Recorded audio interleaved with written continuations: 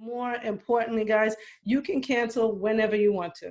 All right, you don't need a refund policy. Your entire contract is a refund policy. All right, so if you make a deposit with us and you decide, you know what, I like the services, but I don't love it, or I really need to take my money out because I have an emergency, or whatever the case may be, or you need to reinvest it somewhere else, or you're just deciding that the trading experience maybe is not for you, you can withdraw your capital at any time. All right, and it's something that we really pride ourselves in. Now, in a word just quickly about the trading accounts, guys, we've always been extremely flexible. And it's one of the reasons why we've grown to the base that we have, is our flexibility. But no business allows people to just withdraw huge sums of money at free will. And again, it's not our intention to not give people their capital. That was Cynthia Petion saying you'll always have access to your capital and how she prides herself on it. It was one of the main selling points of NovaTech. She said it multiple times, you'll always have access to your capital. But now NovaTech's withdrawals are frozen, and she's saying no one lets you have access to your capital. No other companies would let you have access. So why was she saying that before? Why was she lying? Well, I know why. It's because it's a Ponzi scheme, and she wanted you to deposit your money by lying to you. And now she's telling you that you can't have it back. There's not enough new money coming in to pay the trading withdrawal balances back. That's why.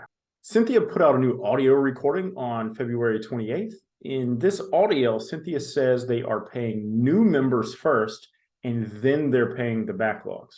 We've also made the decision to start paying current and trickle backwards to anything that needs to be back pay.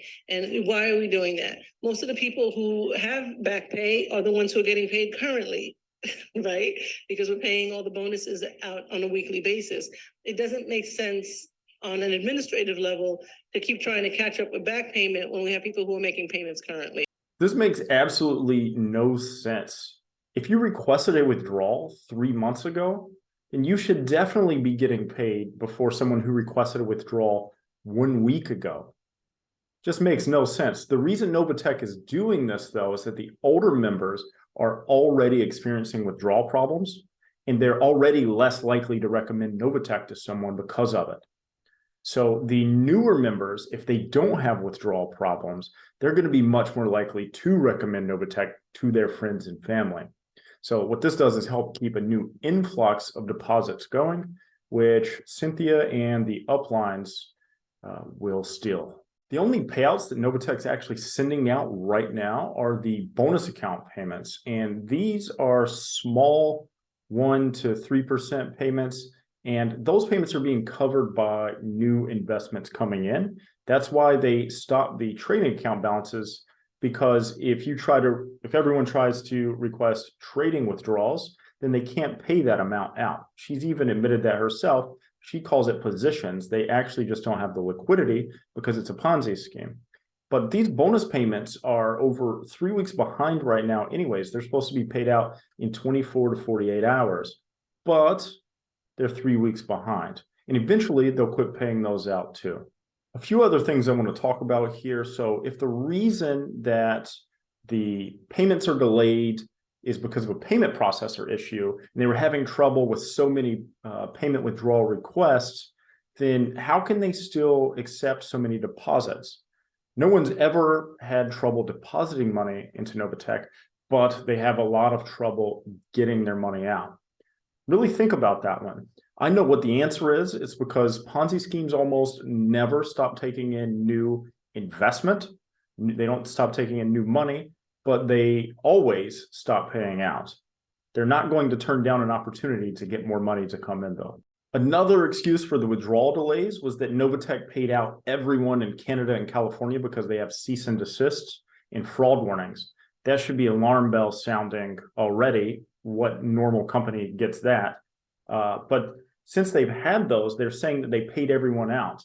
But this isn't true at all, and I've covered it in other videos. I have lots of people that have emailed me. I've got lots of screenshots and proof that people in Canada just weren't paid out. A lot of them have had their accounts closing too. So that's definitely not the reason. And now in this new audio Cynthia put out, she's hinting that NovaTech has money tied up in trades.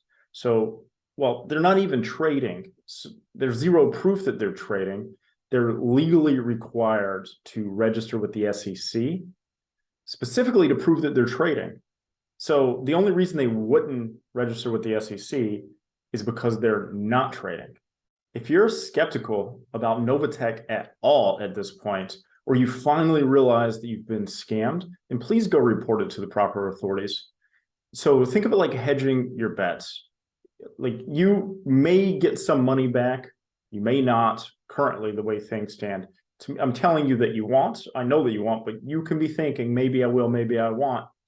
But if you go put in a report, it will help the authorities get you your money back if you report it in the future. It might take a few years to get the money back, but it's the only way that you would have a chance to get your money back. It's just hedging your bets. Think of it that way. So I'm going to put links into the description for this so that you can just go fill it out. You don't have to tell anyone that you did it. Just go fill it out. It will increase the odds that you get some of your money back. And if anyone disagrees with me about NovaTech or anything that I'm saying here, I would like to invite you to schedule a Zoom call with me.